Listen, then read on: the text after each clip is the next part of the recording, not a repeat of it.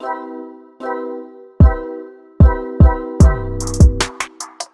everybody, we back again. We back. All right. I'm Spencer. Of course, we have our licensed clinical therapist, Nas. Dr. Nas. I think I'm about done saying that. I'm worn out on saying it now. You know, it's a thing. Everyone says it in the office now. They're like, "What's up, doc?" I'm like, "Yeah, that's right. Yeah, That's right." won't get it from here. That's for sure. All right. This is the Different Spectrums podcast where we talk about movie shows and the mental health aspects that surround them. We also like to have some laughs, so don't take us too seriously. Or do. That's up to you. There you go. Also, don't forget to run up those likes for us. We'd really appreciate it. So, Get good thumb. Just one good thumb. moving on from that. So today, as you can see, we have a special guest for today. They are a therapist and they are here to have a good time with us. Have a great time. Please welcome Adrienne to the show. Welcome. Hi, I'm so excited to be here. I'm Adrienne. My pronouns are they, them, and I can't wait to chat. Awesome. Look at that. Yes. They're lying. Who? It might be. Liar. Oh. I'm asking. You'll never know. Whoa. Right. So today we are taking a look at a show called Heartbreak High. We are going to be talking about sensory overload, being misdiagnosed for panic attacks, and also regulating anxiety with a bunch of other topics that we're going to cover today. We are going to be taking a look at this show. But yeah, and can't wait to get into it. So, Nas, anything before we get into the show? I'm excited to have Adrienne on today. I know I sent out a lot of DMs a while ago, and sometimes I get some stuff confused. I'm glad everything worked. We had some technical difficulties today. I'm gonna blame that on Bobby. No, I'm gonna blame that on Bobby. Fuck Bobby. Bobby always ruining things. Bobby, the tech guy. He's a tech guy. This Bobby. It looks like it's his fault. Bobby got a cowboy hat. Freddy Krueger. That's Freddy Krueger. I thought that was like Woody from Toy Story. No. I would hope that's not Woody, or else I'd be scared. No. Well, Well, it's a different show. He's in your dreams. He's in your dreams, girl. Start saying that to everyone. So excited to do this one. I think this will be a different perspective that we've hit. We've hit panic attack disorder. We've hit multiple different things on how it can affect folks. We've done one overstimulation video on Mo very long time ago from Netflix series. Individuals neurodivergent on the spectrum had a meltdown because they kept getting pushed at work. And so I'm excited to do this one because this is very accurate in what people experience. And I'm glad that Adrienne brought this up because I have not heard of this show. I'm actually kind of excited to watch some of this now because I'm sure many of my other queer and neurodivergent folks on the spectrum would enjoy this. So this will be in the tool belt moving forward. So let's talk about it. Whoop whoop. Whoop whoop.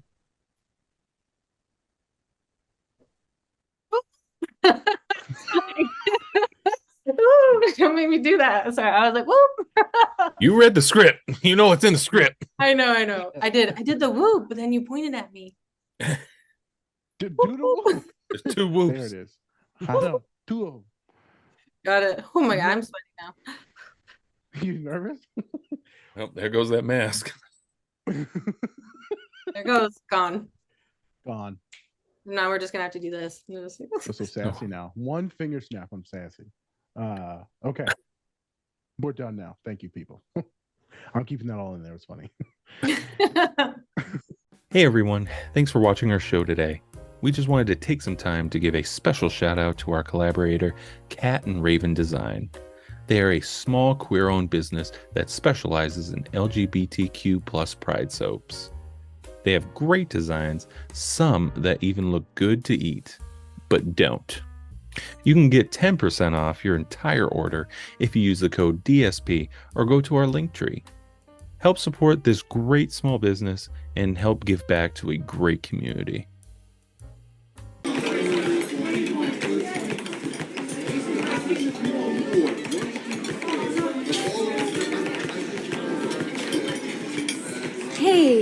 Hey, I'm so sorry I'm late. You weren't waiting long, are you? No, not at all. Cool. I can't believe you haven't been here before. Okay, so you want to avoid the samosas, but the rotis are amazing. You doing okay? Yeah, I'm fine. I'm good. Yes. Yeah? Okay, cool. Do you want to go grab us a table and I'll get some water? Okay, yeah.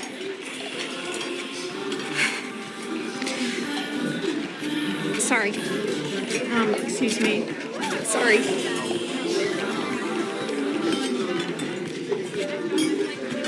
Sorry, where do I get a table? Sorry. Just grab any free one.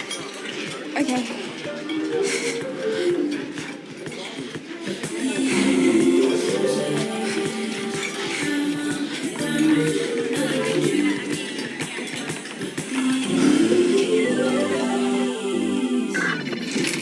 Hi, welcome to my cellulite palace of wonders. What eviscerated animal can I deep fry for you this evening? Bacon burger. Yep, do you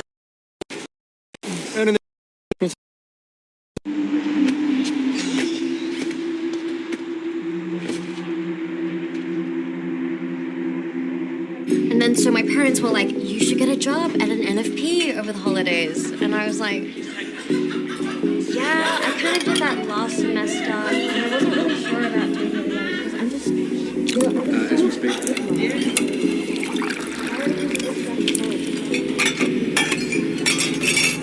Charities misrepresent marginalized communities.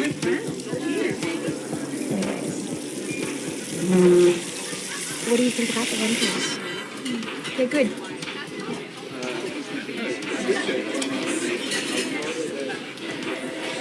What were you saying?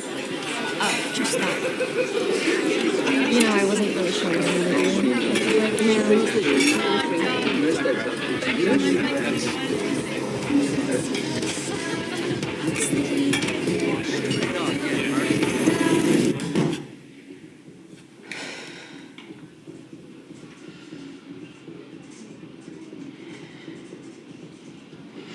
Anytime. Hey, thanks for tonight. Gonna go. Okay. Darren!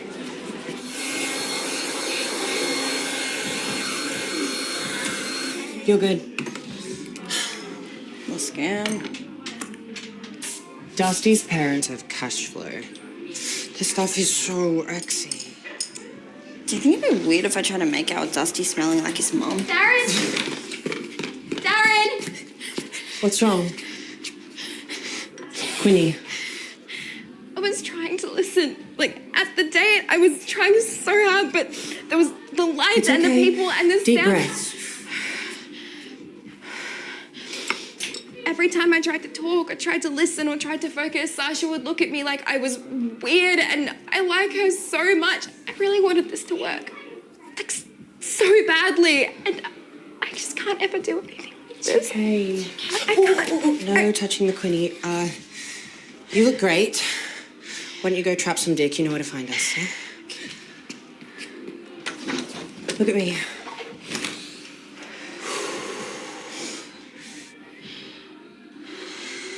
Okay, we live in this bathroom now.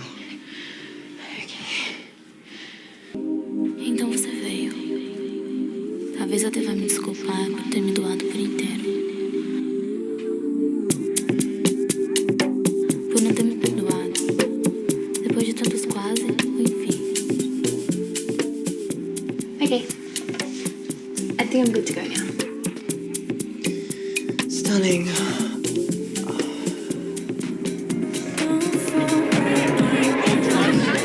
Where is Emily?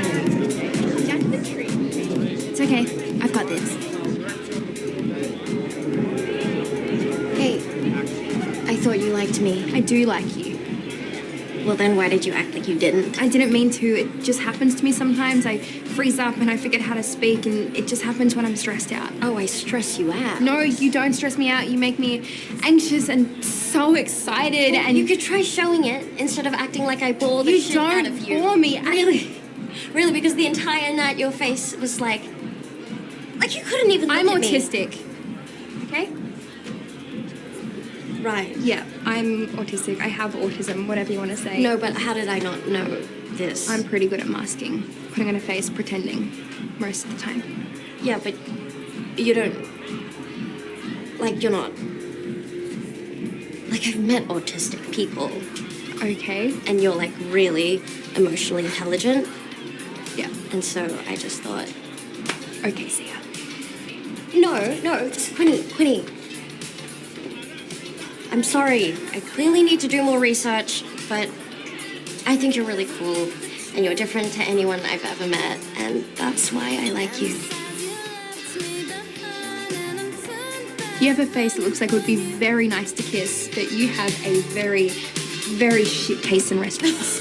Okay, well then why don't you try it? Try what? This.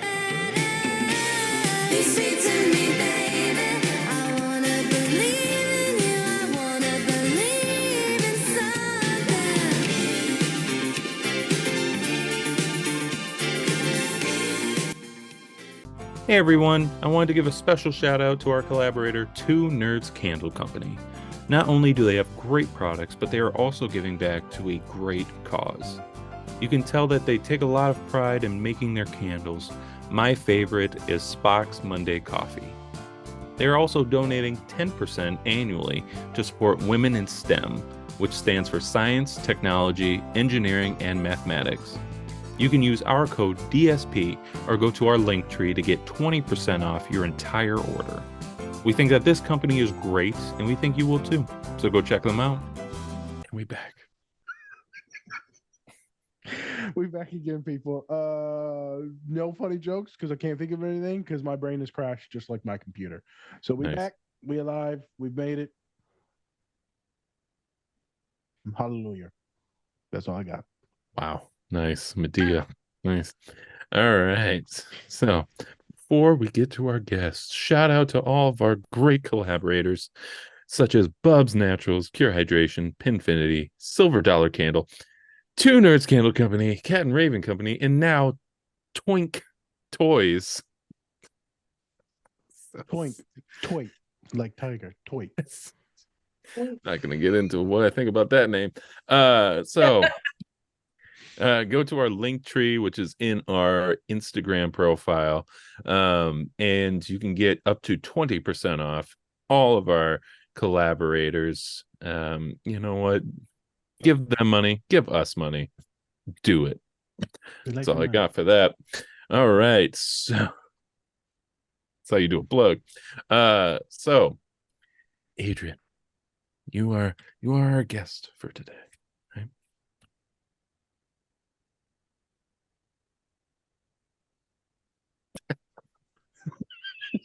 This is so weird. I'm This is such an so asshole. All fucking right, weird. I'm sorry. So Adrienne, tell us a little bit about you and what made you want to come on to the pod. Well, I think Dr. Nas reached out to me and I got so excited to think about like a scene in a movie or a TV show that would explain an experience. I absolutely love that. Mhm. So I am an LCSW. I've been a therapist for the last 11 years.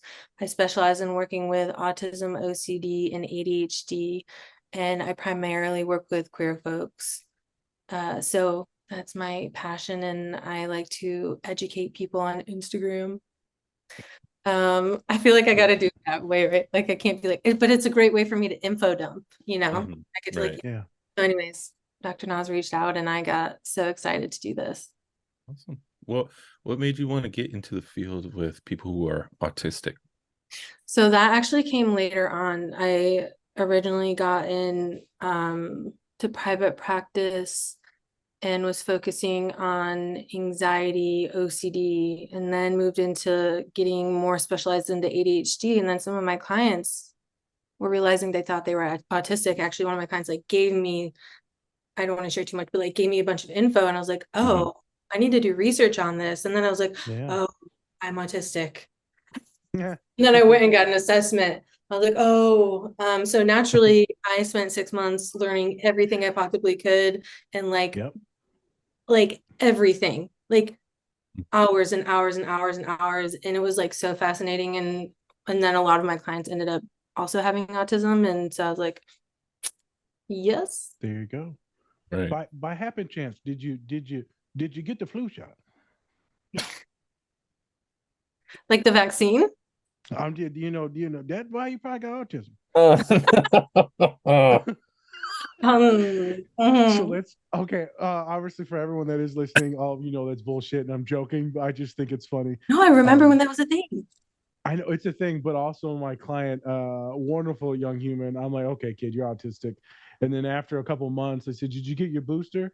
And they go, oh yeah, I got my booster. I'm double autistic now. And I'm like, Jesus Christ. That's why I love my clients.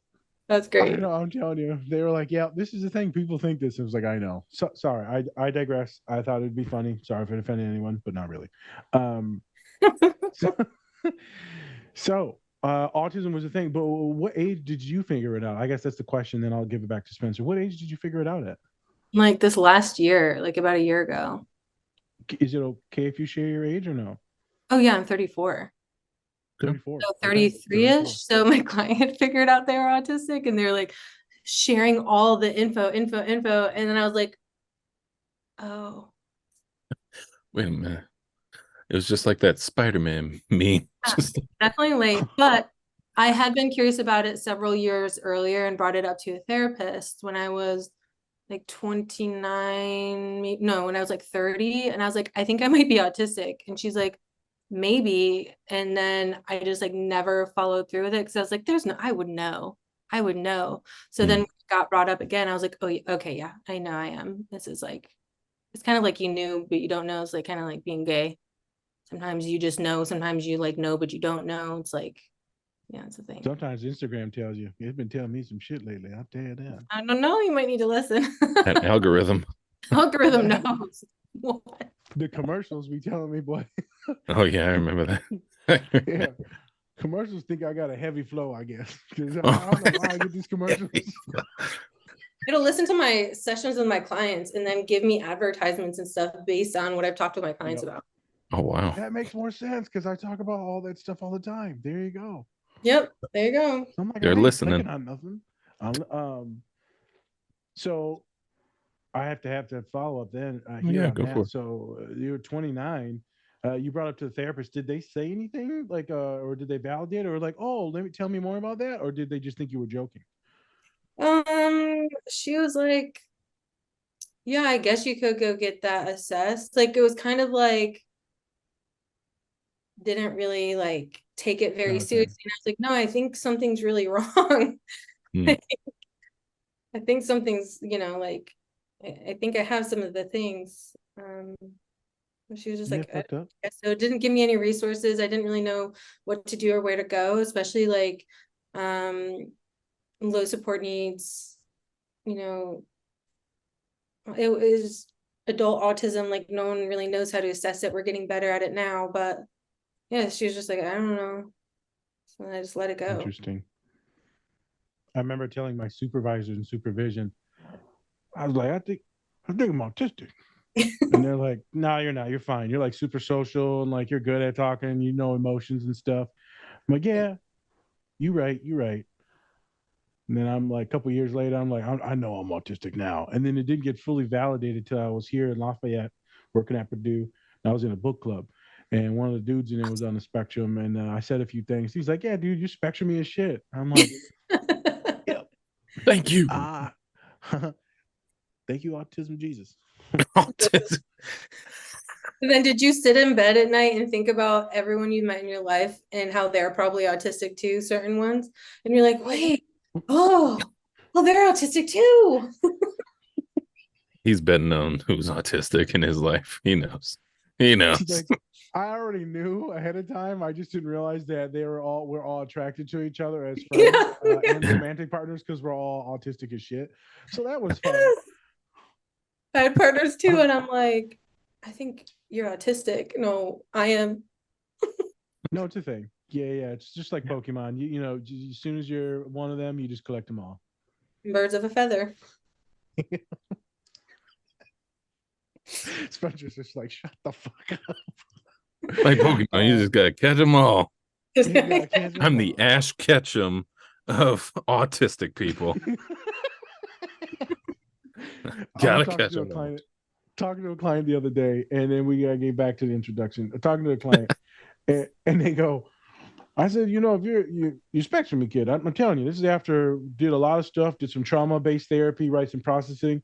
I'm like, at the end of all this now, we're gonna talk about this autism thing, and they're like, you think it's a thing? I said, yeah, but it's from mom and dad, and they're like, we tend to partner with each other, so it could be both of them. They said, what do you mean we partner with each other? Yeah. So my partner's getting diagnosed with autism right now. I said, there you go. Yes, it's an actual thing. There you go. Some statistics on it. Okay. Back on track. But they talked about your clients and all that stuff. Spence, continue prompting. Thank you. So I mean, what is so when you found out you had that diagnosis being autistic, what was kind of your first reaction, and where did you and how do you kind of use that mindset now that versus when you didn't have that mindset, Yeah. When I first found the words, again, I had this client who was like in their autistic bliss phase of it. Mhm. And, hearing them talk about their autistic bliss definitely, I think, helped. It's so interesting. Like, clients are such a mirror for us. But as they were talking, I'm like not saying anything about my experience, and I'm like, oh, yeah. But I think there's a lot of grief. I had a lot of grieving. About just feeling like all the ways I had been treated and talked to, and all the ways that my things have been pathologized and worked on in therapy and done trauma work on, and the ways that people thought that I was like not nice or mean or you can't say those things. It was just a running through of all of my experiences that I've ever had, and like feeling this like grief, and also this like it took me a little bit to get to the autistic bliss, which is where I'm at now, where I'm like, I even had a moment when I got diagnosed and I was talking to my therapist. I'm like, how can I be a therapist if I'm autistic?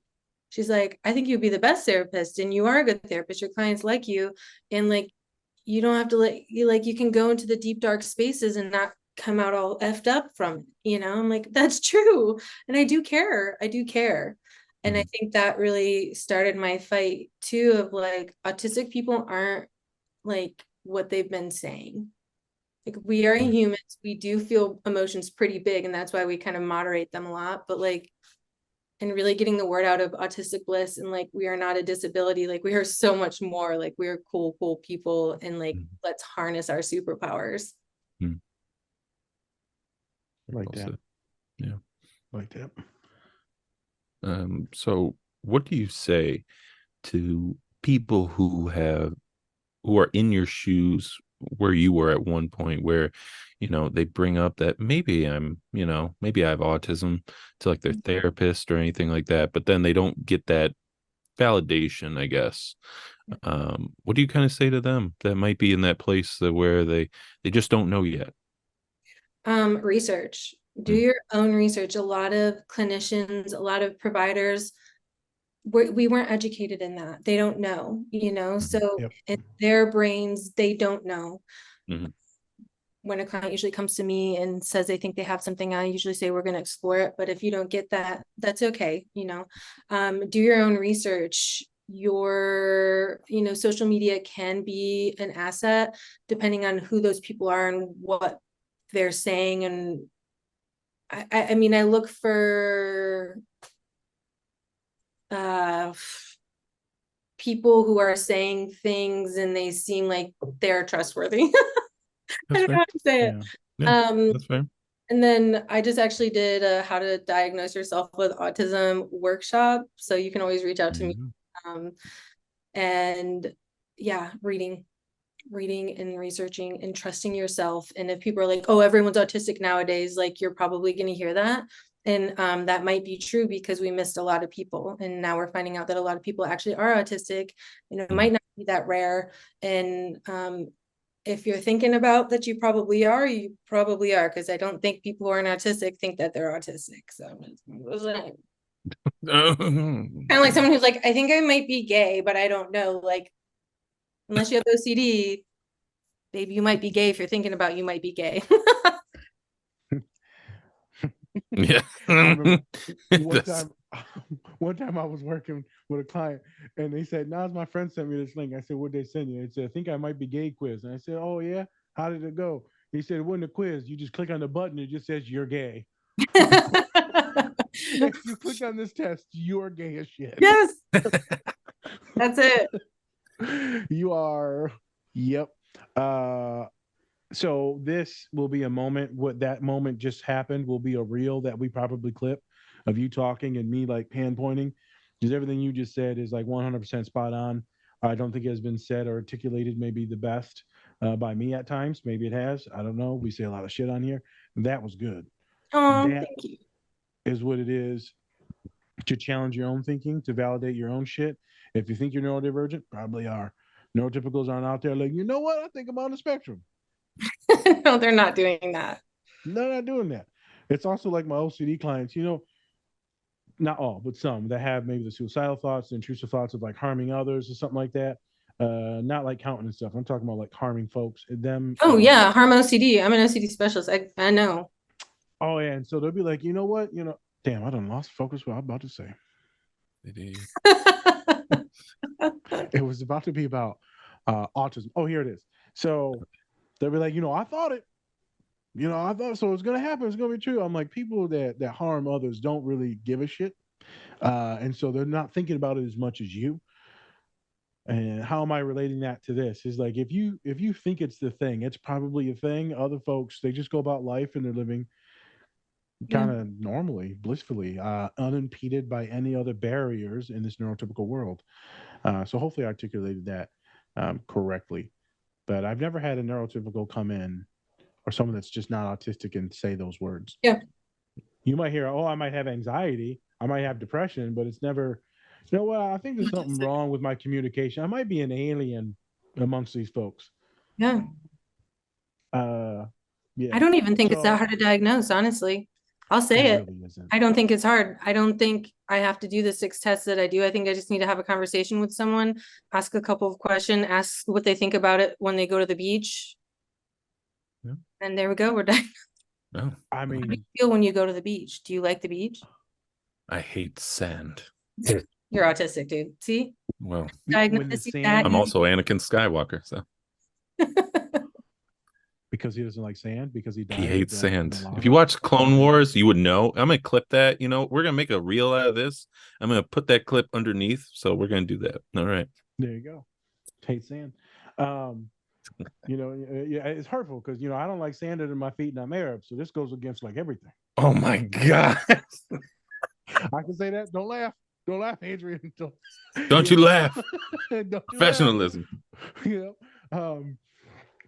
No, but for real though, it's that when I love the beach, I love the serene, the scene, but when it comes to putting my feet on it and then the crunch underneath it is like horrific. I have to wear the shoes. Horrific. Spencer's like, "What are you doing, man?" I said, "I got to put my shoes back on, dog. I'm dying out here." Didn't make sense. But interesting. I've diagnosed people, bro. I'll just be standing outside at like an event or something. I'm like, this Autism. motherfucker got autism right here, boy. I do. See how you're walking like that? That's an autistic walk. Yep, I do it all the time when I'm driving through campus. I'm like, look at this tiptoeing motherfucker. Me too. That I'm not alone. I'll see someone over there in the corner like doing this or something. I'm like, ha, you're autistic, you're stimmy. Oh. How did you know? And then they just run away scared. They're like, how did you know? Yeah. Shooting them with blow darts.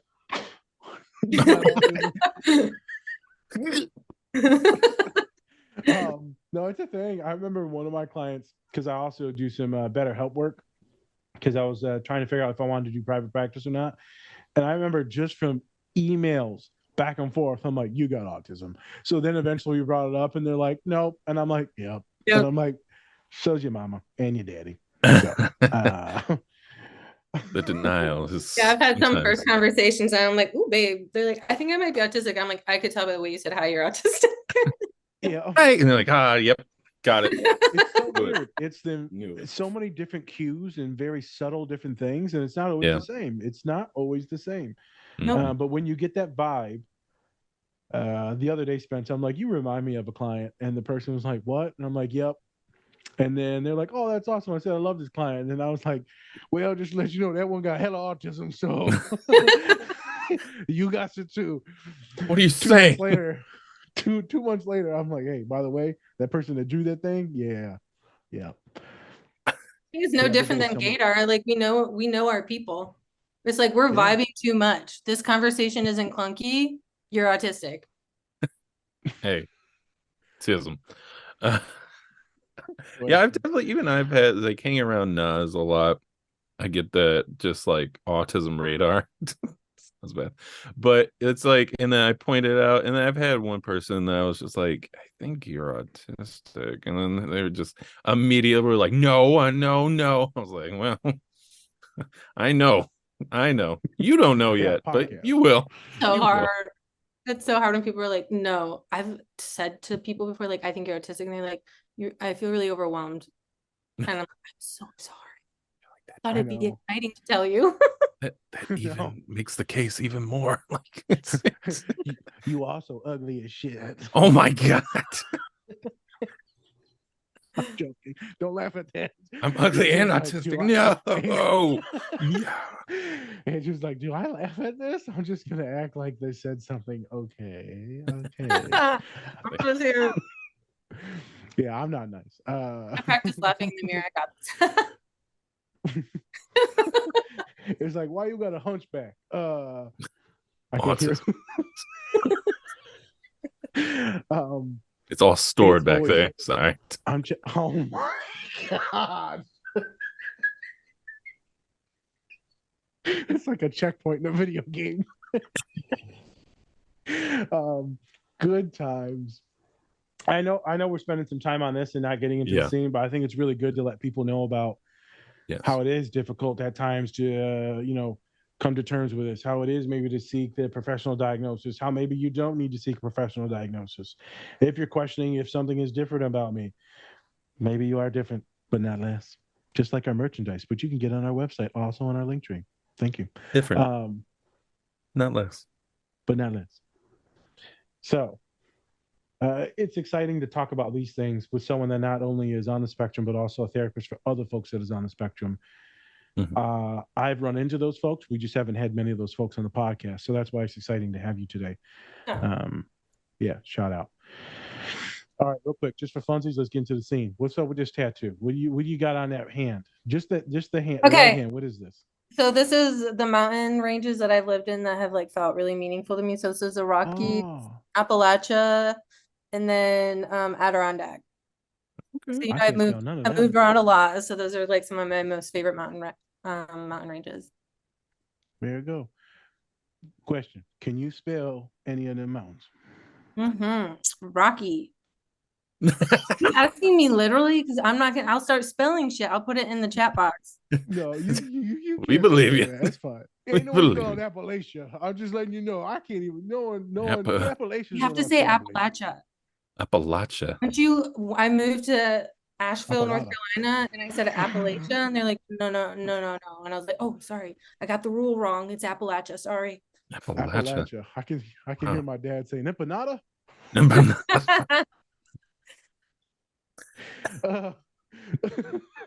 Hey, we's a diverse family. We can say that. I love some fucking empanadas, boy. Not Right. the pumpkin ones. I'm just letting you know, the Mexican folk, my culture, they eat the pumpkin empanadas. That shit's terrible. Someone needs to say it. Hey, No. you know what? First reference to food, and we got 3 more to go before the show ends. There we go. Okay. All Well, right. Spence, get us back on track. Yes. So, Adrienne, could you tell us what is, what's the show all about? What is So what is it? it's a bunch of teenagers. I don't know if you've seen Skins when you were younger. Skins, am I getting that right? It's kind of like that. Like they're just being teenagers, and they're all queer, and it's super diverse and neurodivergent. Mhm. And my spouse and I did IVF to have a baby because we're same-sex couples. So Mhm. we had to make one in a lab. And so while we were waiting for all these things to happen and be pregnant, I found this show, and I was like, oh wow, like we're finally getting representation in all of these areas. And when you're queer, you will watch anything with a queer person in it, like just starving for any queer content. So we just like started watching it, and Quinny, the autistic character, is autistic in real life. And I was like, oh my God, That's I feel so awesome. seen. I feel so seen. Mm-hmm. That's awesome. There you Wow. go. And so so about this first scene that we watched, where she's in the restaurant, right? And she's starting to get a little bit of just a sensory overload, right? It's the beginning of it. Do you find that this is actually a real depiction of a sensory overload? So when I had originally watched that scene, I hadn't been diagnosed yet. Mhm. I remember watching it, and I had to pause it, and I started crying, and I was like, that's what my panic attacks that aren't actually panic attacks feel like. Mhm. I felt so overwhelmed and so seen in that moment. Mhm. As well, and you'll see as the scene goes through, of you can start to hear every sound happening at once. It's like your ears aren't like just giving you one sound or a noise. It's like every sound is happening at once, and it's brutal. Mhm. Yeah. Yeah, it's tough. Could you actually kind of go over what this would kind of maybe like step by step, what you like someone might be going through in that instance of a sensory overload? Yeah. So, like I always say, so now I wear loop earplugs a lot of places until I lose them because I also have ADHD. Most autistic people do. Yep. I got the hyperactive kind, so I especially lose it. Anyways, see, it's ADHD. So you kind of, and so there's different types. Some autistic folks have hyposensory Mhm. sensitivity. So the hypo folks might go into a loud situation and kind of just like, it's so much that their brain kind of shuts off. Where there's hyper sensitive sensory people like me, where we go into a situation that's loud and it starts to, we're usually probably already anxious going into it. And then it starts where it's like, there's all of these noises that are coming in and they're all happening at once, and you can hear every single one of them. And then the cortisol and the adrenaline come, right? Because it's a fight or flight response. That's a huge part of being autistic in sensory, is it's a fight or flight response. So now I'm starting to feel a little weird. Now the person talking to me, I can't really focus. I'm losing my masking. And now I mask less, but back then I would start to lose my masking. Um, my brain would start feeling kind of melty, and then the adrenaline and cortisol, and then it's like, am I about to have a panic attack? Like, no, I'm just going to push through this, and then trying to focus on what the person's saying. And then God forbid we're like doing something like at a sports or concert thing, and then people are directing me on where to go, and I'm like bumping into stuff and getting really confused, and people like, what are you doing? What's wrong with you? You're so stupid and silly. And then it's like, oh my God, and you don't have the words for it. And then afterwards, you're like at home and you probably have to sleep for 24 hours, and maybe you feel like you're going to get sick because it's like your body's aching from the experience, because that sound is just like an assault to your body. And if you don't know you're autistic afterwards, it's just like so embarrassing. And you say like, okay, I guess I have severe social anxiety and panic disorder. Like I don't want to go anywhere for a week. And then people are, I could keep going. Yeah. Hold up in the house, and then it's just a lot. Once you know Yeah. you're autistic, like you pop in those earplugs and be like, this isn't going to be my vibe, guys. I'm not going to talk for a while. Like, I'm gonna be over here. All right. Yeah. I'm popping them earplugs. I can't hear what you're saying, Becky. Fuck you. Because I know you can't hear what I'm saying either. I was like, Yeah, right. Yeah. Not to Oh, mention, you like ugly you have too. to hide your stimming. Like most of us have masked our stimming. So in those situations, like I'm trying to like fiddle with something in my pocket and like just trying to access anything to soothe and calm down. And Mhm. Yep. it's working because it's a sensory, but I thought it was just an anxiety disorder. There you go. Yeah. So that fits like magnificently well. You explained the scene well, the show well, your experience, and then what many others may go through as well. I done said well like 6 times. That's 7 times now. Well. It made sense. Well. I think well, explaining this to clients, what is legitimately happening to them brings like, oh shit, I'm not crazy. It's quite wonderful. It is usually like a little bit blissful to be like, okay, so I'm not that damaged. Like there's something neurologically going on where I can't filter out these things and overwhelmed and then deregulated. Like, yeah. It's not that big of a deal. Now we know to avoid some of those places or go with safe people, take your breaks from those places, and you maybe do 15 minutes and you go hide for 15 minutes. You'll figure it out. Maybe we do the earplugs. Maybe we make sure that we're very comfortable. It depends. Maybe we, as a team, as a partnership, we decide to go to a less stimulating environment, and so we can all hang out. Maybe it's not this fucking pub, but it's this other one. Yep. Maybe we can alternate where we do one that's like a mildly upsetting to maybe a couple, and then the next time or two we do where everyone can be very peaceful, homebody, at home, eating pizza, chilling, playing D&D, whatever. There's steps to this, and you have to be people that legitimately love you and respect you to make sure that they respect your boundaries and that you always don't have to say that your boundary. Maybe they should already kind of know if they know you well. It's a tricky place. In saying all this, most of my college students that I work with, they're just going to push through it like you did.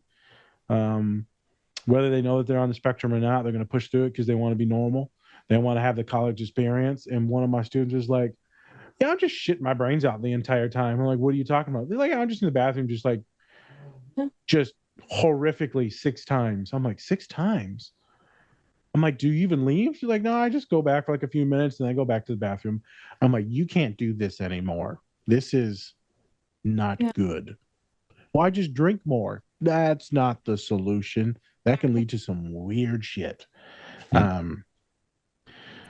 So it's intense for a lot of my college students because they want to live this quote unquote normal life or this normal college life where you're supposed to have the time of your life and like be drunk all the time and party.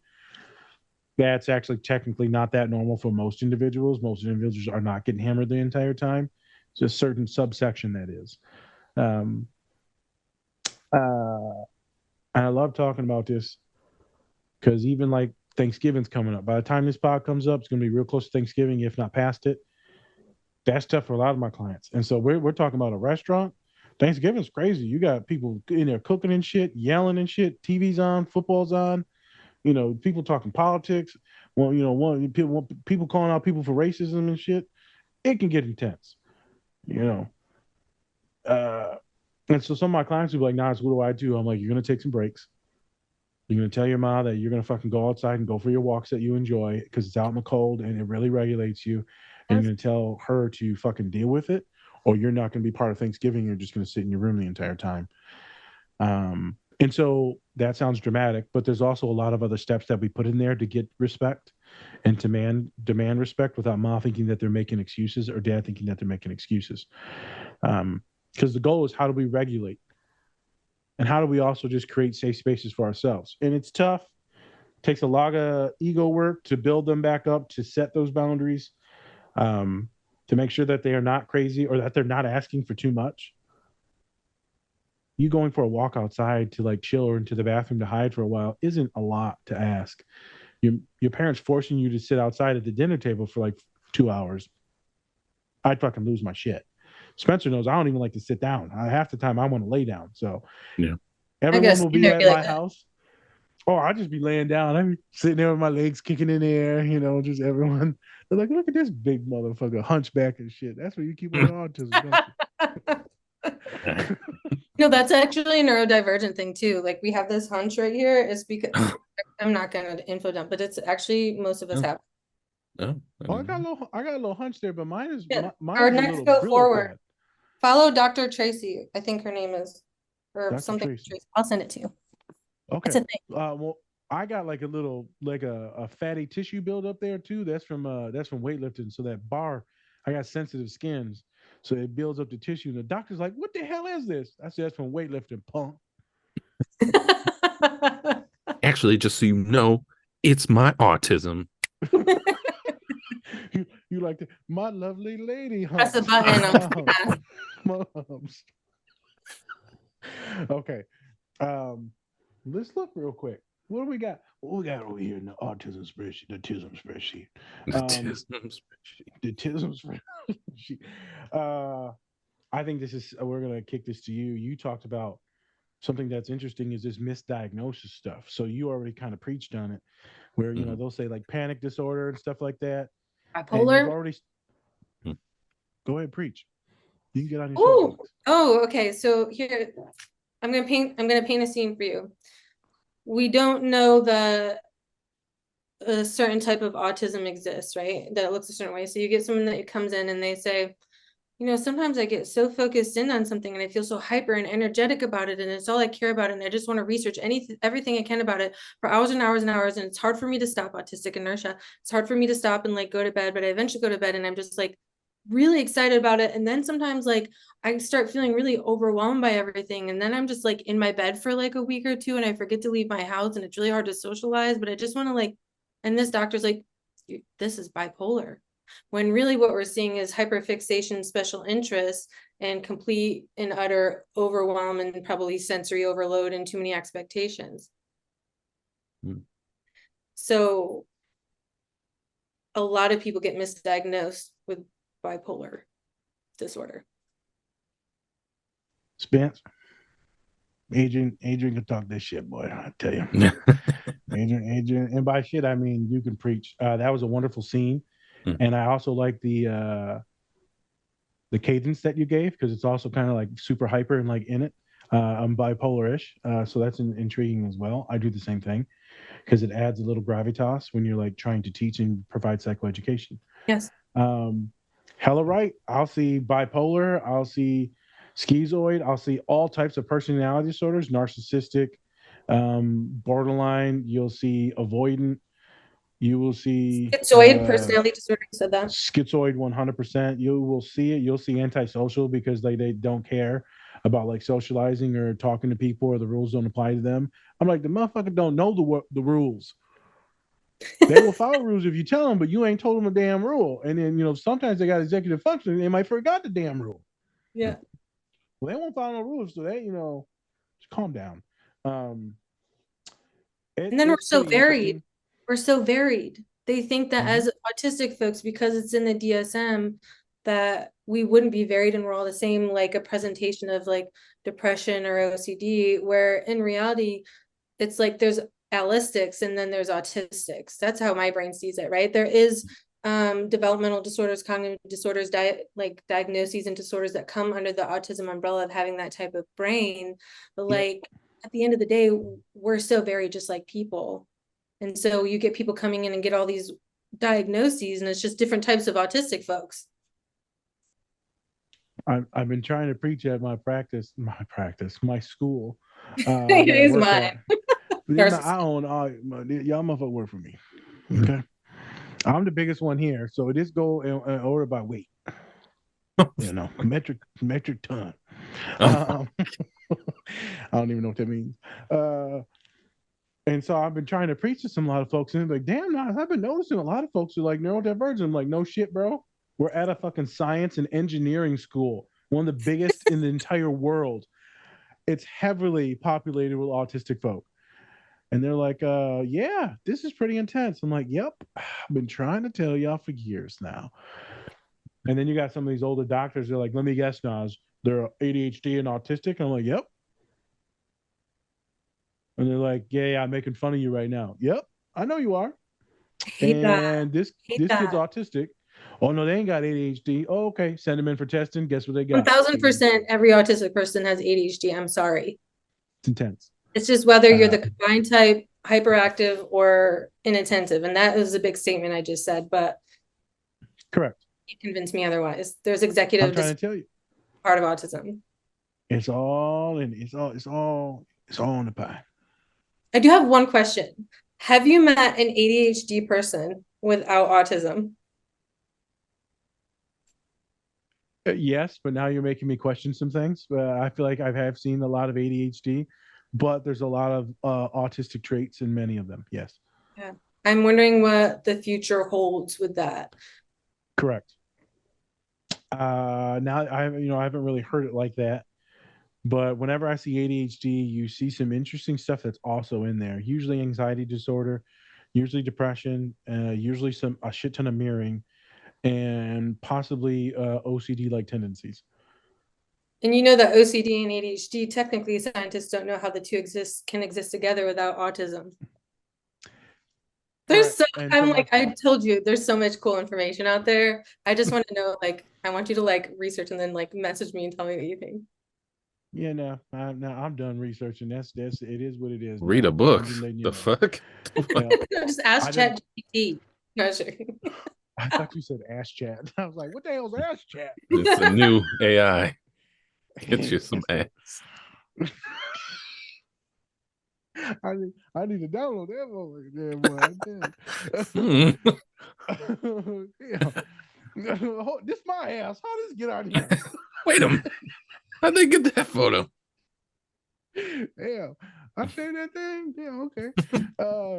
I'm sorry. I'm on a full rant. Yeah, this is where Adrienne's like, what the fuck is going on here? I just took a water break. I'm chilling. Oh, you're good. All right. I just finished the doctorate for social work, and dissertation was on autism amongst women and how it differs from men, but then specifically getting away from that and trying to explain that how it's this less severity or less disabling speech, right? Looking at these other smaller characteristics and how do we generalize this to everyone, because there's no way in hell the ratio of men to women is that varied. There's no way. There's no way. And there's some talks about testosterone, societal pressures and norms and coaching women. And so I decided to do that. I'm so burnt out of doing studying and research. I just want to nerd out on your research. I'm completely done. Yeah. And so I literally have just been watching movies and playing video games. Yeah, I'll pick back up reading in January and trying to educate myself, but I am full-blown fucking 16-year-old boy right now. Ooh, I think that's a good thing. You need to give your brain a break. Oh, yeah, it's been magnificent. So we talked about the misdiagnosis. It's a big issue. We talked about the panic attacks and how it's also really could be this overwhelming, leading to like a meltdown. Obviously, we're seeing that in the scene. But there's something that you brought up and that I picked up, which is the biggest thing that I picked up in the thing. I forgot the character's name. What was her name? Winnie. And they're like, hey, we don't touch them. We don't touch it, because the other person was going in to like hug them and support them, which is awesome. It's empathetic, it's loving, it's caring, it's supportive. And the other person was like, no, we don't do that. Yeah, we don't touch Winnie. And I was like, ooh. I assume maybe some folks can touch that individual, maybe none can touch the individual. Maybe they just need someone to just sit there with them in a minute and just talk them through it and deregulate. Maybe they just need 10 minutes. It doesn't matter. A lot of people don't like to be touched. I sure as fuck don't like to be touched, unless it's like all consensual, but like, you don't need to touch me. In a very specific type of touch, right? I need pressure. Like okay. if I'm going to access touch to calm down, I need you to lay on top of me or like squeeze something on me or like pinch parts of my body, but like not a normal, like, Yeah. It depends. It's got to be specific individuals or specific purposes. It definitely can't be not consensual. Like you just randomly just touching me. No, I'm not cool with that. No, you're patting me on the back. It feels like razor blades on my skin. What are you doing? Yeah, it's intense. And so I thought that was awesome for that friend to know and respect those boundaries, because I think other people would be like, oh, it's fine, just let them do that. Like parents, oh, it's fine.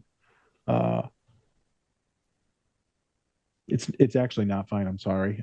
This person has told you this person doesn't enjoy this thing. Can we try to respect the thing? But I'm supposed to do this. You're my best friend. You're my partner. You're my. You don't own my body. You have no legal right to this or to this. Oh, this. Spence like, who the fuck wants that? Ooh. Fucking Rumpelstiltskin. Rumpelstiltskin. Why are you stealing children, man? It's gonna be me on Halloween. That's not serious. I That's hope real not. serious. That'd be a weird ass. Be like, are you Rumpelstiltskin? I'm trying to tell you, man. Some of them kids are so damn cute with them costumes. I'm like, would you just hang out at the house for a couple hours? Yep, I'm going to jail. What else we got on here? Oh, let's talk about the favorite word, shame and guilt. We're gonna do a little round table, a circle motion. Adrienne, can you give us a description of a time that maybe you got in that situation, you felt all obviously deregulated, and then you felt immediately that shame, that guilt, that, oh, I just blew this, I just wasted everyone's time, I ruined the fucking event. Like, do you have a specific thing in your mind where you're like, this is cringe as shit, after or before diagnosis? It doesn't really matter. I just wondered, when was the time that seared into your brain? And then Spence and I'll go. Before, so my in-laws had a baby shower, which was very kind of them to do. And I remember very sensory overload. I had to be the one to be pregnant, and we wanted a baby. But I didn't want a baby shower where everyone was looking at me. And I went in and there was so many people talking and there was so much noise and I was so uncomfortable in my body. And there were so many scary stories of people telling me about their births. And then one of the women comes over to me and says, okay, it's time for us to play games. And then you're going to open gifts in front of everyone. And I actually had a massive panic attack and started sobbing and had to leave and went back to the hotel room. I left the baby shower. The person with the baby in the body left the baby shower. And, to this day, if I would have known I was autistic, I would have advocated for a different type of baby shower. But my spouse got to enjoy it with their family, and that's all that really matters, But I went home and I was like, well, that's embarrassing. I cried and had to leave my baby shower that I don't like when people look at me. So that's mine. Yep. Yeah, I can't even imagine that. Yeah, can't imagine that one. That's the gender stuff on top of it is a lot. It's a lot. All the stuff. Yep. It's that. And then you actually like have human existence inside of you, just like fucking with you and kicking you in that kidney. So that's a whole thing. In the kidney. No. Yep. Just for my personal joy, you had a kid and they're all healthy and everything's cool. All right, cool. Yeah. Yes, my dude, my little dude. Okay, because you threw me off and you said, well, we tried to have a kid. I'm like, did it happen? Like, I don't know the emotion I'm supposed to feel right now. No, he's happy, he's amazing. I would never do it again. But I am so grateful that he exists and he is healthy and happy and good. There you go. I just wanted to make sure, because I was like, what emotion do I choose from? Like, it's about to take a real weird turn. Like, should I laugh? Should I cry? I don't know. No, he's good. Yeah. Do we pull out like thing? Go ahead, Spence. I don't know. I don't have a lot of specifics on this because it probably happens so many times. Yeah. But I don't know. It's Your ones are always fun for me, right? I don't know. It's more of like, I've had moments where, especially Thanksgiving, like we used to do like a lot of family stuff. Hated that shit. Because it was just, you always had a mask and put on like all these different faces and act a certain way, not to like, you don't want to ruin everyone else's Thanksgiving for being like an asshole or whatever. Right. And so, that was probably one of the, like those times that I just really did not like, putting on a mask. And then, I probably deregulated at some point. But then I live in Minnesota, so it gets cold. It's cold in November. So, we just go outside, and just sit out there for a while. And yeah. And that's kind of one of the things. It's like family events were just not fun for me when I was a kid, because it was just felt like a lot of pressure to be doing things that I don't really want to do, acting a certain way that I don't really want to act. And so wasn't always fond of it, just kind of wanted to stay home, but did what you had to do. So people ever think you were weird or like you were being an asshole? Yes, all the time. They still think that. Same. What the fuck? You're the weird one in the family. Yeah, totally. I'm the fucking Yeah, weirdo. you're getting along with us pretty well, so you a little fucked up. Well, I'm also biracial in a family that was very white. So that was a little probably awkward for some people, you know? Yeah. So Yeah. is what it I is. believe that. I think what's always in my brain is college, and specifically how they always talk about Nas always leaves. Nas always leaves. And I'm like, what are you talking about? I don't always leave. They say, man, you always fucking wander off. We're all in here drunk as shit. Where'd you go? I was drunk too. But you always leave. And I didn't realize that I always left and went outside and hung out with all the smokers because I always needed that to regulate because I get so hot and anxious. Right. Hell, I was talking to a bunch of students in the Latin Cultural Center because I'm the liaison over there. And I said, hey, man. He said, what's up? I said, I love talking to you, man. You're a good kid. He said, yeah, thank you, thank you. I said, I'm getting real anxious talking to you, man. I got to go. He said, what do you mean? I said, I'm getting hot. My ears are burning. He said, it ain't even hot in here. I said, it's fine. I'm stewing. I'm fucking full-on rotisserie chicken at Costco stewing. He said, that's fine, that's fine. I said, yeah, I'm going to go, man. I'll talk to you next week. And so obviously weird. But that person knows I'm on the spectrum, so it's fine.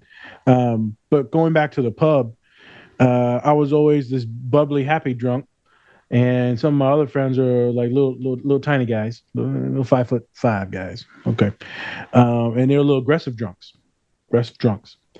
And I was usually that protector and like bodyguard in the situations, and so they would get very mad when I would leave. But I was like happy, bubbling. I go outside, take my breaks, and then I come back in. Everyone then got their ass kicked. How am I supposed to know? Right? And for real, man, it's how it was. And so they get mad at me, talking about I'm running or this or that, or where were you? And then they would shame me.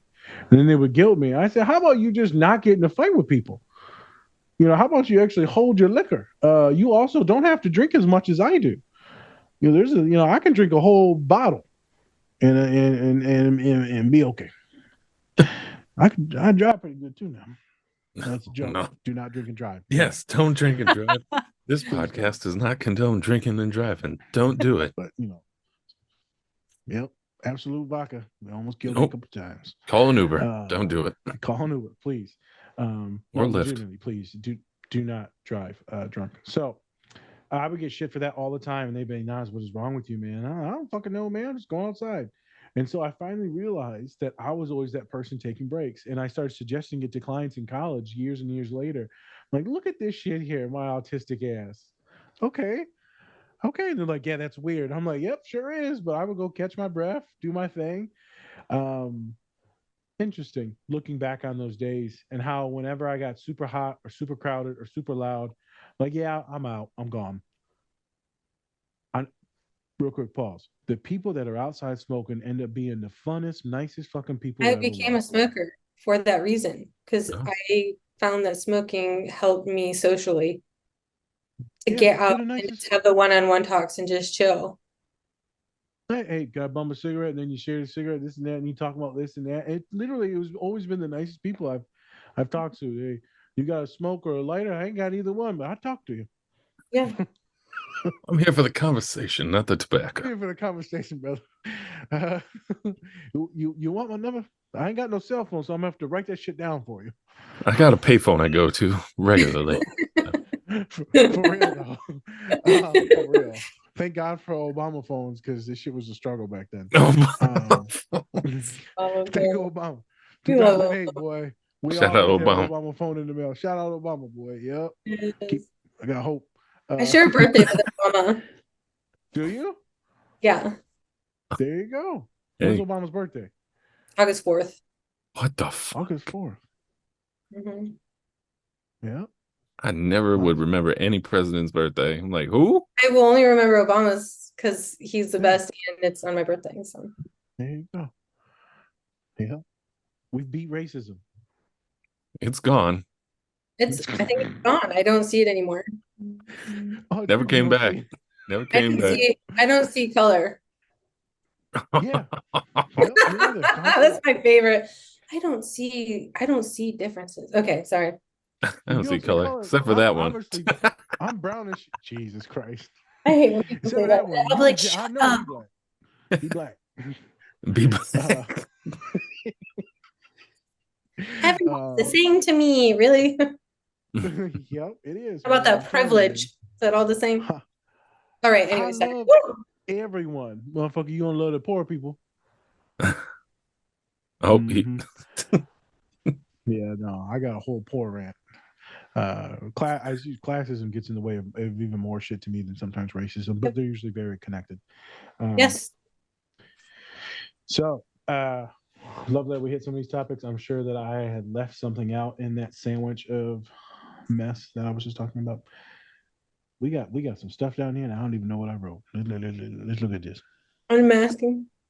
This one looked like it says Massachusetts. Masking.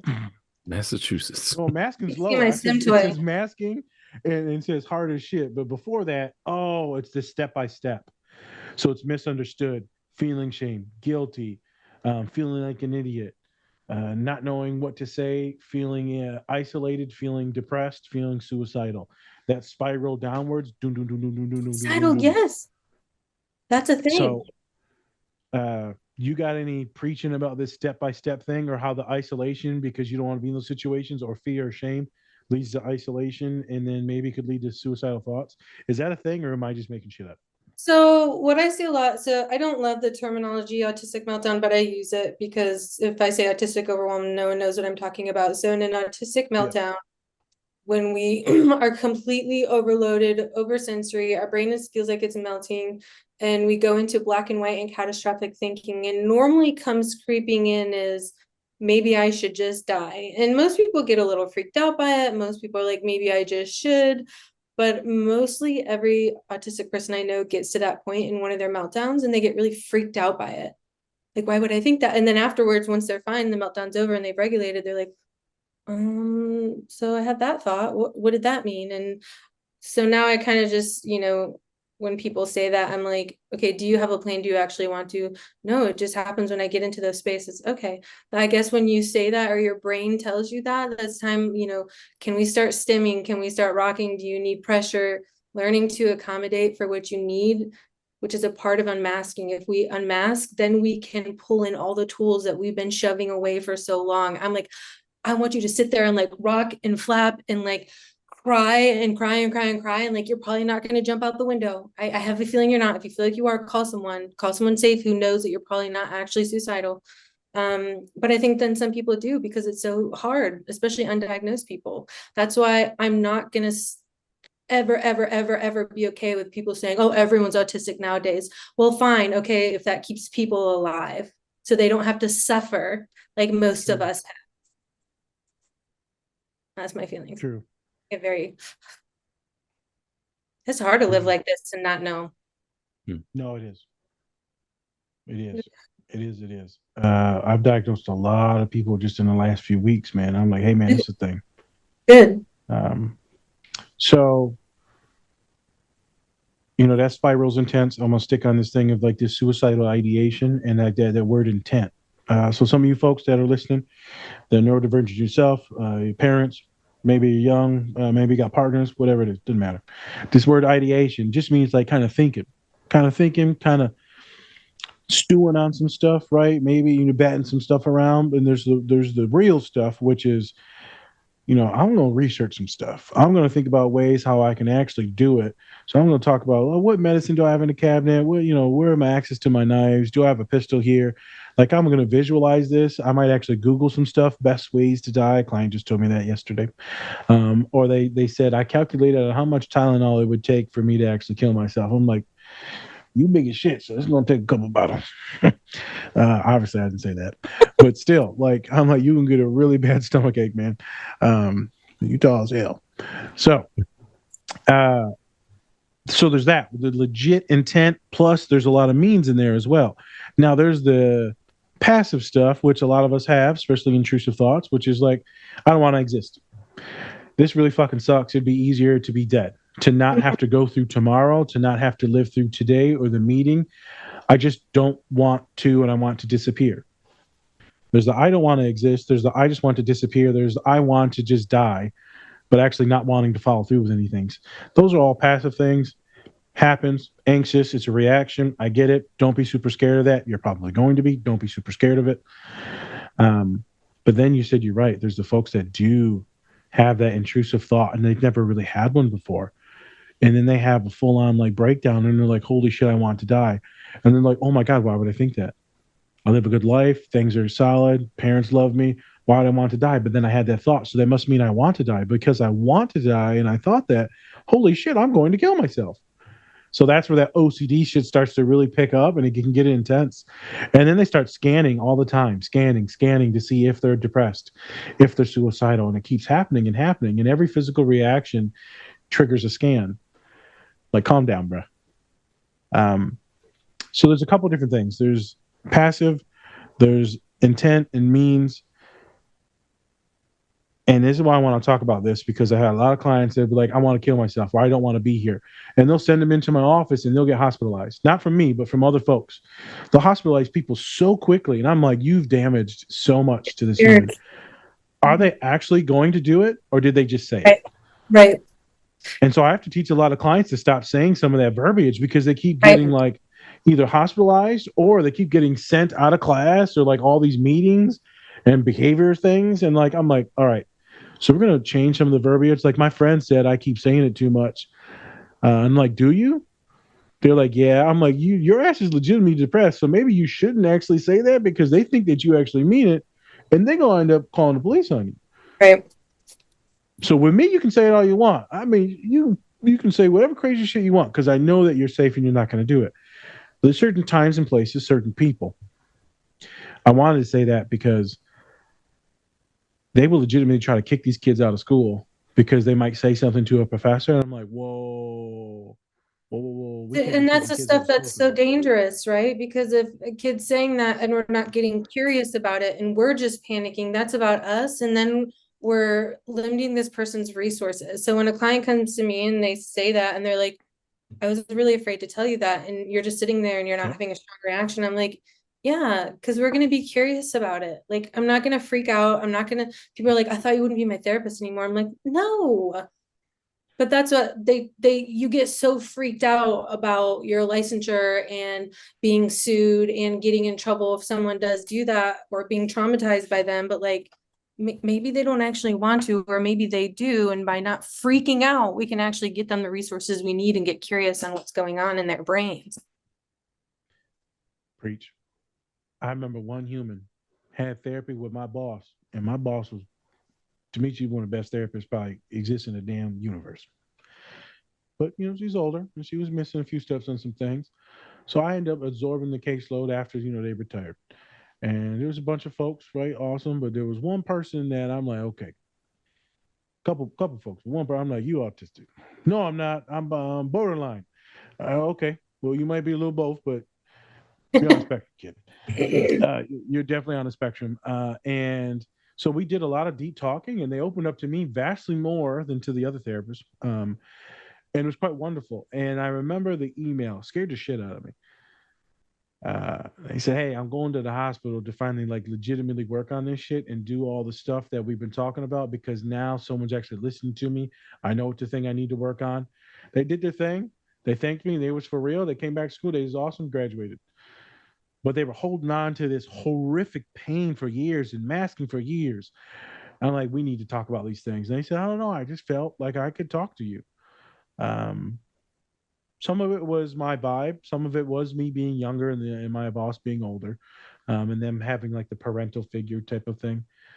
I bring that up because folks should be able to say whatever they want to us without us feeling like we're going to immediately lock them up.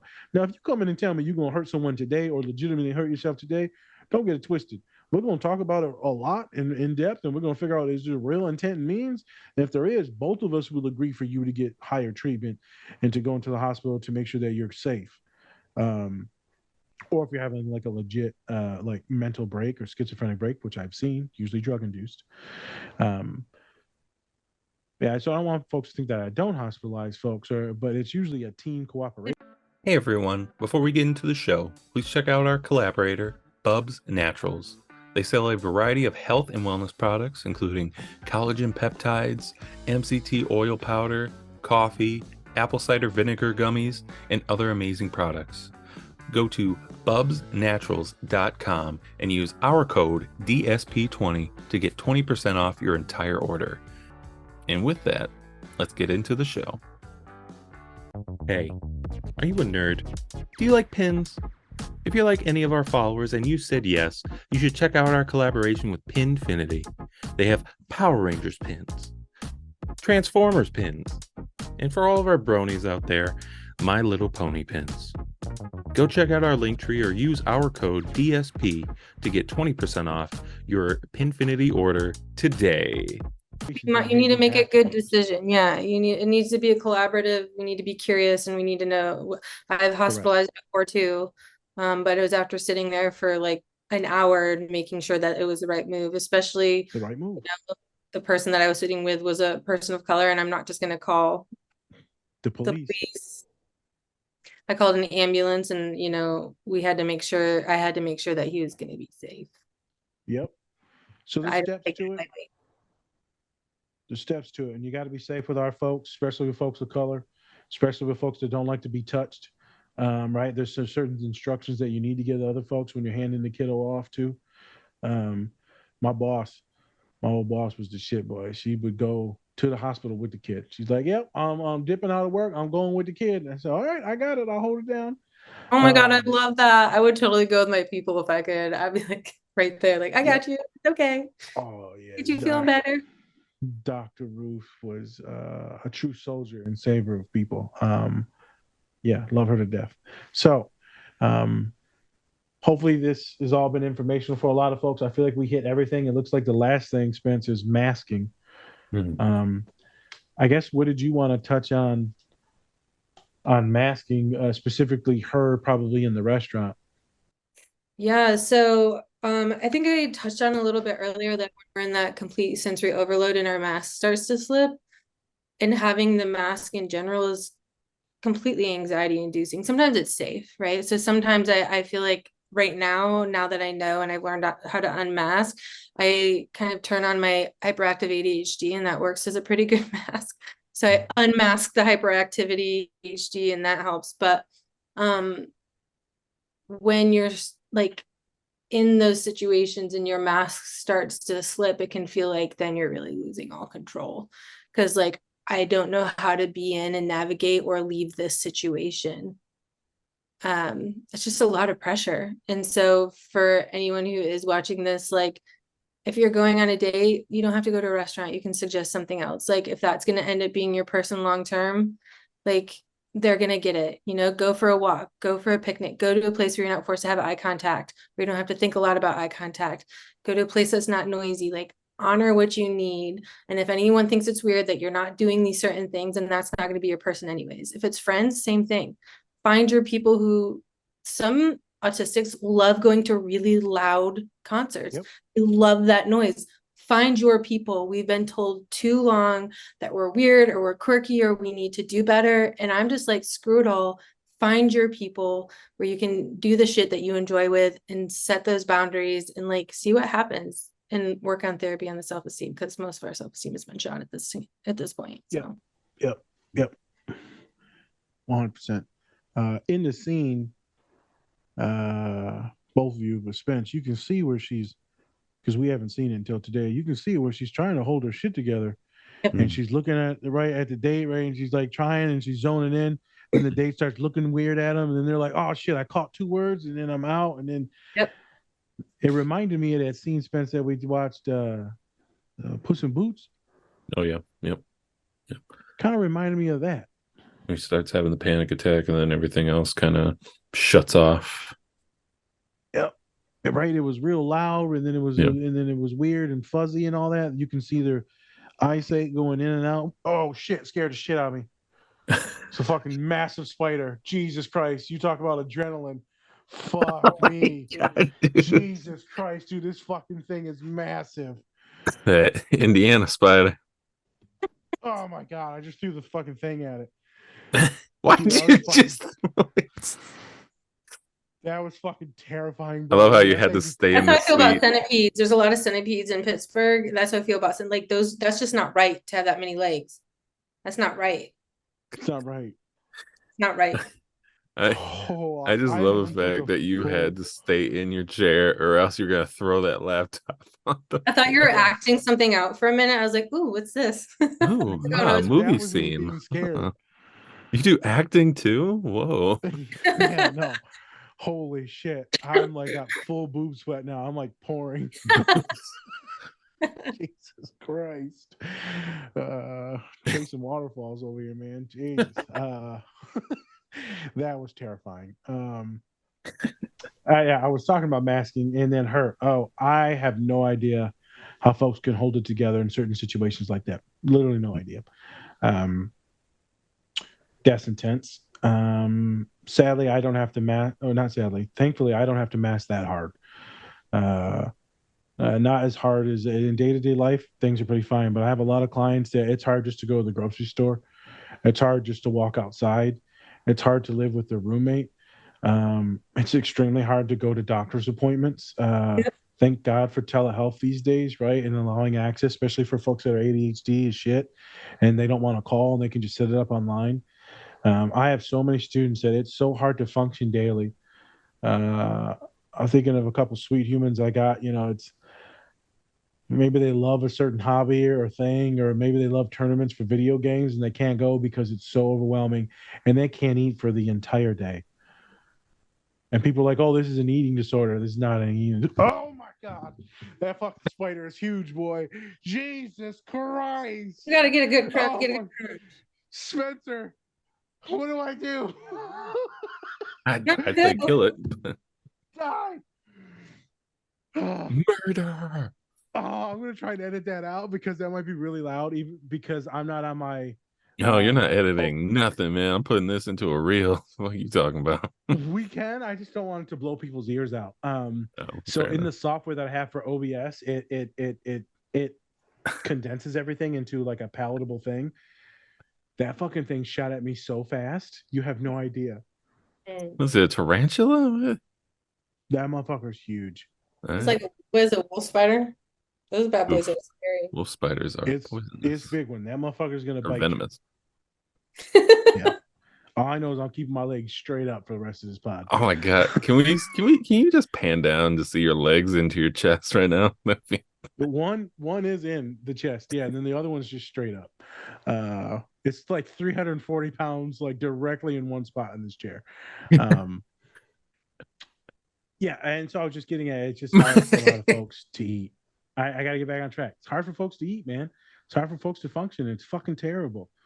And so sometimes it's strategizing on how do we function around these things. So I got humans eating at like 4 a.m, going back to sleep, then doing the thing that they have to have, so they have some nutrition. That way they don't go from like 8 o'clock at night all the way to 5 o'clock the next day. That's not right. It's intense. There's a lot of different things with shakes, water. There's so many different things that we work on to help people participate in society. Students, poor babies. College is so fucking hard. It's tough. It's very tough. Very, very tough. Especially for some of them are just the sweetest pie. They're like the sweetest individuals. Don't get me wrong, I have a couple of assholes that are on the spectrum too, but most of them are sweet as pie. Most of them, they're so sweet they give you diabetes. Diabetes.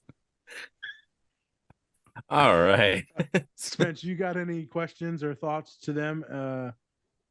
So I guess last question.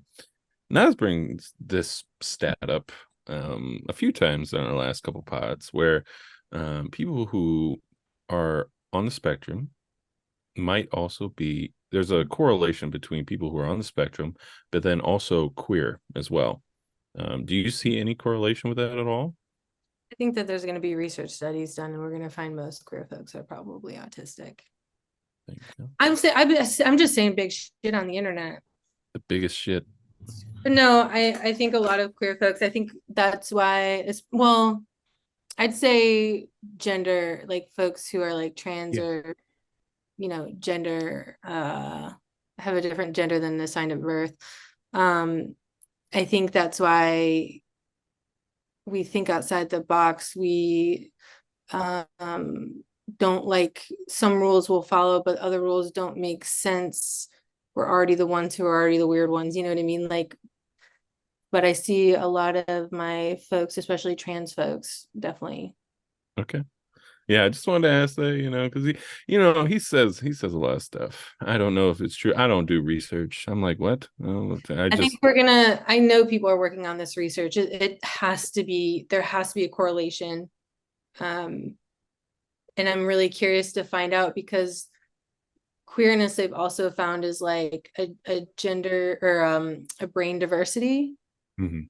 So I'm just like really, really, really stoked to see what people come up with research and brains and all that. So Yep. There is some small data that's out there. Obviously, there is a correlation. Not obviously, there is some books out there about autism and trans. There's a lot of folks that talk about it. There's some studies out there, but it's still in its infancies. So, like one of my homies said, being trans isn't an autistic thing, but there's a lot of folks that are autistic that are also trans or non-binary. And you'll see a lot of folks that you have higher rates than the general population of being trans, and also higher rates than the general population of being queer, gay, bi, pan, etc. There'll just be higher rates. I think that you said it perfectly. It's not the autistic folks in general have a higher rate of being trans and queer. It's that trans and queer folks have a higher rate of being autistic. So like, just because your child is diagnosed with autism doesn't mean that they're going to grow up and be trans. It just might mean that your kid who's trans might grow up and find that they are autistic. So I think that you said that as a very, very good way to say it. And so it's interesting to think about, Spence, because there's a lot of folks that are coming out as trans that are like famous. A lot of athletes' kids are coming out, and it makes you think: is this it's this parent that's this high-profile Hall of Fame athlete? Are they maybe neurodivergent, and their kid is, and thus that impacted some gender stuff? I don't know. Well, think about someone who becomes a pro athlete. What type of special interest you would need to put yourself through that. I think that the folks who are like the Bill Gates and the pro athletes and the scientists and the researchers and the doctorates and the people who are very like into their field and like thrive at it, maybe they're not like making money and capitalist and famous and all that. Even just the people at home who like understand something so thoroughly, like we're the autistics.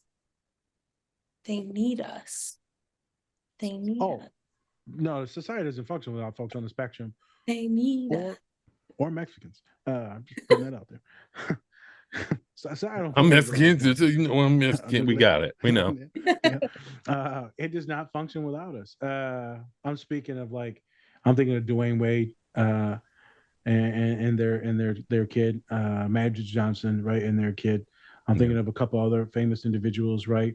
I'm thinking of maybe Demi Lovato and Sam Smith, most likely also on the spectrum, also Will trans. Smith? Not talk Sam about Smith. No, Sam. I know. No, I brought up Will Smith. Am I allowed to talk about him? It's fine. I I grew up.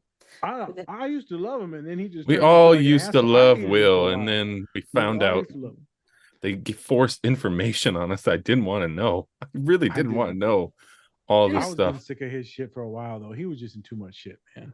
Yeah. Why? What? It's like Tom Brady. You just get sick of it. Oh my gosh, you get sick of winning. That's what you get sick of. I do. No one cares about Tom Brady, right? Oh well, don't say that in Tampa Bay or in New England, because they do. Sometimes I like to do it just to see him get upset. I love Tom Brady. That 100% is your ADHD just fucking with people. You know that, right? Who, me? Yeah. Oh, saying to make people upset? 100%. That's ADHD. That's hilarious. Stirring the pot is ADHD. Oh, I love stirring the pot. The brain gets a little bored, and so you're like, let me fuck with this person. Oh yeah, I'll call my mom and tell her crazy shit, get her really upset, and be like, okay, bye. And I'm like, why do I do this? Why do I enjoy this so much? I'm gonna do it again tomorrow. Bye. That's the reason why I like teasing people. Like, my clients would be like, can you say this to me? I was like, I just did. I know. I've told clients before, like several, I'm like, don't kill yourself because it'll really fuck me up. Okay. Like it'll really fuck me up and traumatize me. And this is actually about me. I've done the sarcasm. Obviously, you have to say, with some folks who be like, this is obviously super I sarcasm. say that. I'm like, I'm absolutely joking right now. You're gonna be okay. We got this. But I've said it a couple people. But at the Well, same some Do of time, that. You'll freak me out. Yeah, see, I probably go the opposite way. They'd be like, Nas, you would miss me. I was like, I don't even fucking know who you are, man. Just send them the Thanos meme. Sometimes they need I that don't. though. They need that. Oh, yeah. You need Oh, to just yeah. laugh about it, right? Oh, 100%. laugh and then Movie having cry. a good. Yeah. Yeah. But no, it's an ADHD thing. So it's like fidgeting to focus, like you're doing now, and like I've been doing the whole time. Yeah, right. Stirring the pot is also part of it. Me and Spence do it quite often, and we enjoy it with each other, with others. Yeah. There was one time last Halloween we were doing a baby shower for my boy, Oh yeah, and we were in the hotel room cracking from up. midnight till like 3 a.m, just talking about the dumbest shit on earth. My boy, my best friend, he don't talk a lot, right? He's one of the neurodivergent folks that does not talk much, and I've never seen him angry. He goes, "Will you shut the fuck up?" It was the greatest thing ever. It was intense. was He's so like, funny. "What are we talking about right now?" He's, "Are we literally talking about crack and chicken?" I said, Yep. "Yeah, crack chicken. That's right, crack chicken. We're gonna feed crack to chickens, and then we're gonna sell it." Then we're gonna eat the chicken. So dumb. So dumb. He was so fucking mad. It's been 1 year. 1 year. Yeah. Feels good. Wow. It has. Jeez, time flies, doesn't it? Time flies. Where he got totally wow. Yeah. Totally He was shit. pissed. Oof. Completely shit faced. That was Yeah. scary. Yeah, that was actually pretty bad. When you said he almost drowned, I was like, holy shit.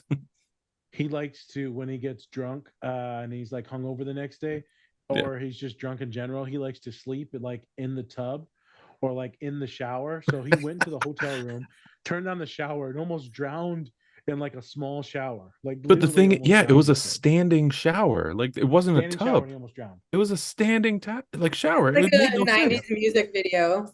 Just- That's a scene I haven't. Do you see your autistic brains? You see everything in like movies in your brain? yes. I do. Yeah, me too. It's I great do. for being a therapist. That's why we do this show as well, though, because it's giving people visuals. Yeah. So they'll tell me shit, and now I have another visual. By the way,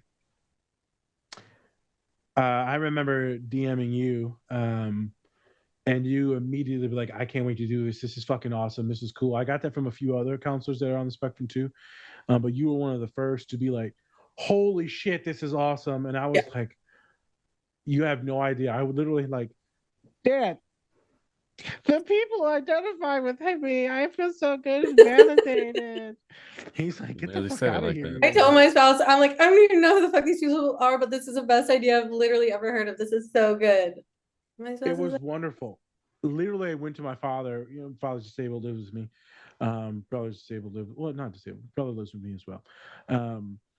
And I went over and told him, like, "This is fucking awesome. This is how people are supposed to respond to things, to be excited about things, to have fun with us." yeah. And And also, this is the way to do a we can podcast. This is the only type of podcast I would care about.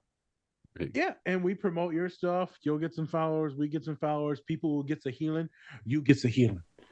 You get the healing. You get the healing. Mm-hmm. We played to the flying spaghetti monster. My boss actually said it's a real thing, and there's like research and like articles on it. Yeah, it's like a real spiritual thing. What is?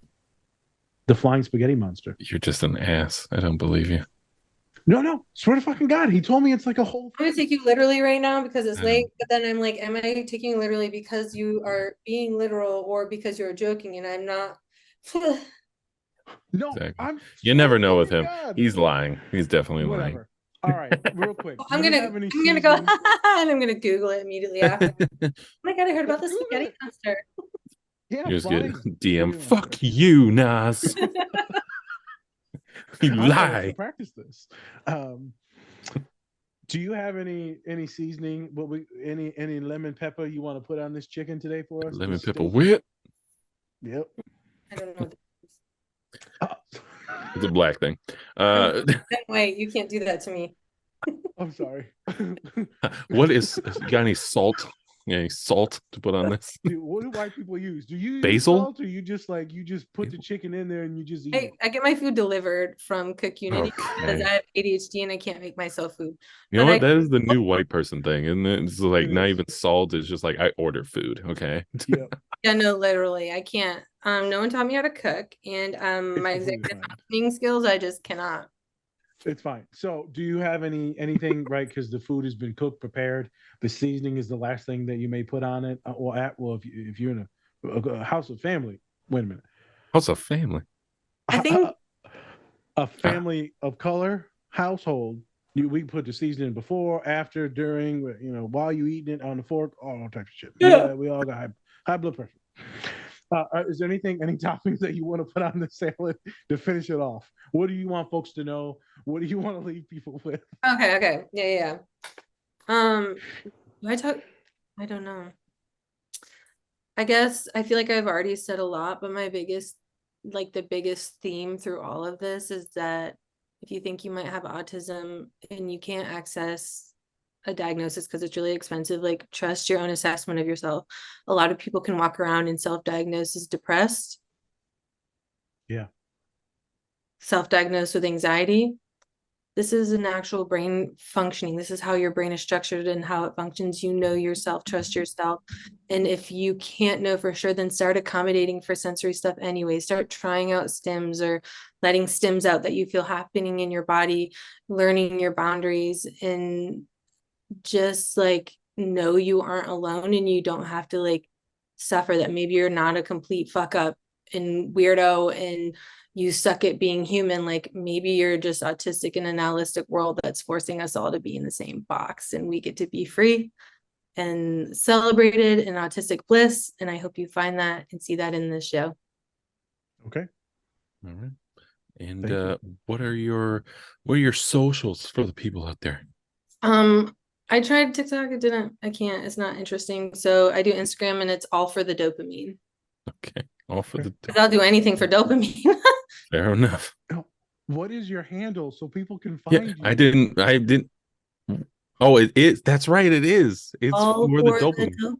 All for the dopamine. I thought you were literally saying I do it for the dopamine, and that is I it. do it for the dopamine, but it's Oh, wait a minute. It's literally.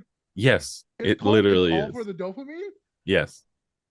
No fucking way. Well, that One was an word, autism all for the moment there. dopamine. Jesus.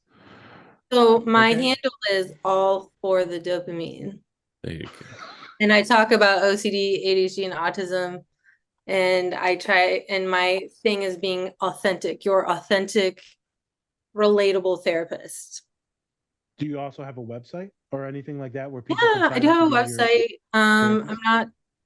I'm full on my caseload right now, but I do take folks on waitlist, and it's rainbowcounselingcollective.com. There you go. Okay. We will be having the link. For the queers. But I like everyone. Everyone can come. I have non-queer clients too, and they're great. I love them. You're straight? How dare you? It's just a Get face. out.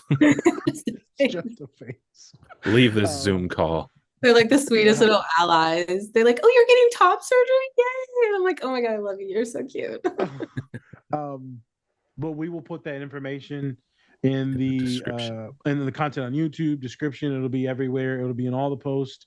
I'll tag you in some stuff so it'll go plop on your page so your followers can find this very easily. This pod, well, it doesn't really matter for these folks listening because it'll be live when it's live, but this will go live towards the end of November. Okay, I get my top surgery November 27th, so maybe I'll be laying in bed watching myself on a screen dying a little bit. So Fair enough. Fair enough. We actually had somebody on who had top surgery as well. Sunny. Recently. I Sunny can't fucking wait. You're talking about boob sweat, and I'm like, not gonna have that in a month. Having Just that. chest. Yeah. Chest sweat. Yeah. Yeah, we All were just right, talking. y'all. We were just talking to Sunny, and they had it. But yeah, Spence, take us away. Finish this out. Yes, thank you everybody for joining us on the show today. Shout out to all of our collaborators. Go check out our merch. It's great, great stuff. And thank you so much, Adrienne, for coming on the show today. We really appreciate it. It was very, very educational and just fun. It was a fun show. I agree. Thanks for having me. Yeah. All right. And with that, I'm Spencer. That's Nas. This is a different spectrum. podcast. All right, everyone. As you know, much love and take care of yourself. Or don't. And that's completely up to you. Peace. Bye. Oh, I forgot we're not on OBS. So I just gotta hit Jackass. don't record. No. Stop recording. Yeah. Tell me what you want.